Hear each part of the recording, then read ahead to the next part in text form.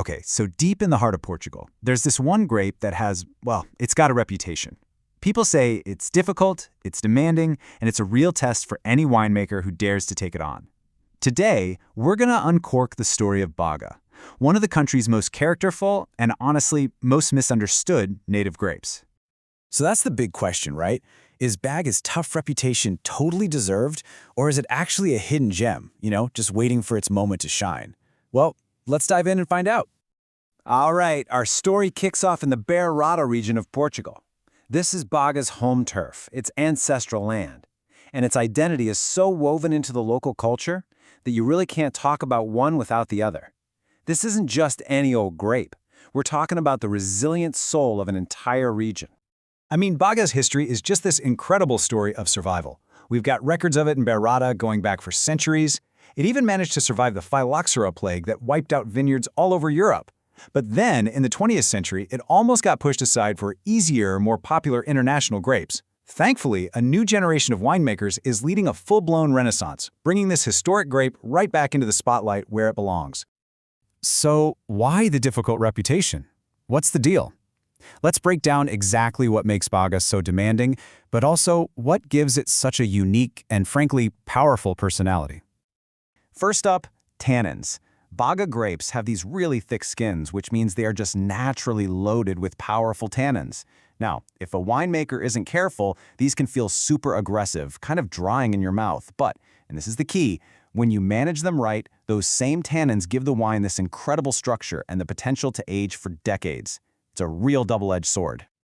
Next on the list, we've got acidity. And let me tell you, Baga has sky-high natural acidity. That's the quality that makes a wine feel fresh and vibrant and makes your mouth water. Just like tannins, it's a crucial ingredient for a long life in the cellar. It's like a natural preservative that lets the wine evolve in the most beautiful ways. But you guessed it, it takes a masterful touch to keep it all in perfect balance. And finally, there's the harvest itself. See, Baga is a late-ripening grape. What that means is winemakers have this nail-biting wait every single year, just hoping and praying they can get the grapes perfectly ripe before the autumn rains roll in. It's a huge gamble against the weather, one that really demands perfect conditions to pay off. Now, this is where you can see the true power of terroir, the sense of place. In its home region of Bairrada, with those clay soils and the Atlantic influence, Baga becomes this robust, really structured wine. But take that exact same grape over to the Dal region, with its granite soils and more continental climate, and it completely transforms into something way more elegant and aromatic. Same grape, two totally different personalities. It's amazing. So, with all these challenges, how on earth did winemakers manage to tame this beast and reveal its inner beauty? Well, it all came down to a huge turning point: learning to work with Baga's nature instead of fighting against it. The secret really lies in a more thoughtful, kind of nuanced approach. It all starts out in the vineyard, picking those grapes at the perfect moment when the tannins are ripe and smooth, not green and harsh. Then, in the winery, all the aggressive techniques are thrown out the window. It's all about gentle handling to coax out the flavors. Fermentation is meticulously temperature-controlled to keep those beautiful fresh fruit aromas intact.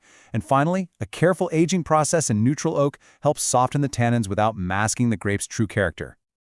And the reward for all this patience and hard work? Oh, it's the incredible versatility of the Baga grape. When you handle it with care, it is absolutely not a one-trick pony. It can produce a mind-blowing array of different wine styles. Just look at this range. I mean, it's incredible. Baga can be a young, fresh red that's just bursting with fruit, or it can be a classic, aged red that's savory and complex. That signature high acidity we talked about, it makes it absolutely perfect for producing world-class sparkling wines. And yeah, it even makes crisp, dry rosés that are just what you want on a warm day. It's a true chameleon in the cellar.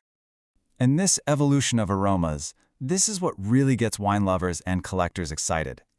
A young Baga might hit you with all these bright cherry and raspberry notes, but give that same bottle a decade, maybe two, and it completely transforms.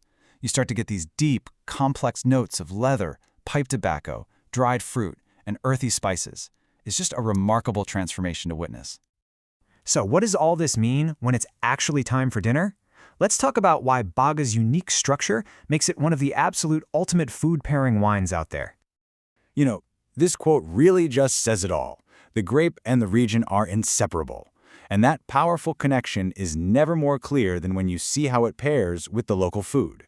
Baga's real magic happens at the dinner table. That high acidity is like a secret weapon. It cuts through rich foods perfectly. It's the classic go-to pairing for Leitão. That's roast suckling pig, and it just slices through the richness like nothing else. It can stand up to hearty stews like chanfana, balance out the delicious fattiness of duck rice, and a lighter style can even work with oily fish like grilled sardines. And oh, pairing an aged Baga with a powerful creamy cheese like Serra da Estrela, that's an experience you will not forget.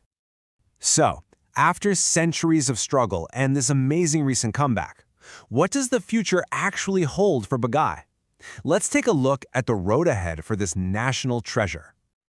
Wow, the journey definitely isn't over. Climate change is a serious threat for a late-ripening grape, and Baga still has to fight for its place in a super-crowded global market.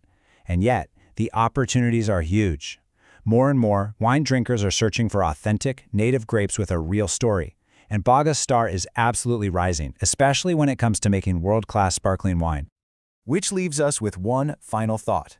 With its incredible history, its challenging but oh-so-rewarding character, and its sheer versatility, could Baga be Portugal's best-kept secret? Well, now that you know its story, maybe it's a secret you'll be inspired to go out and discover for yourself.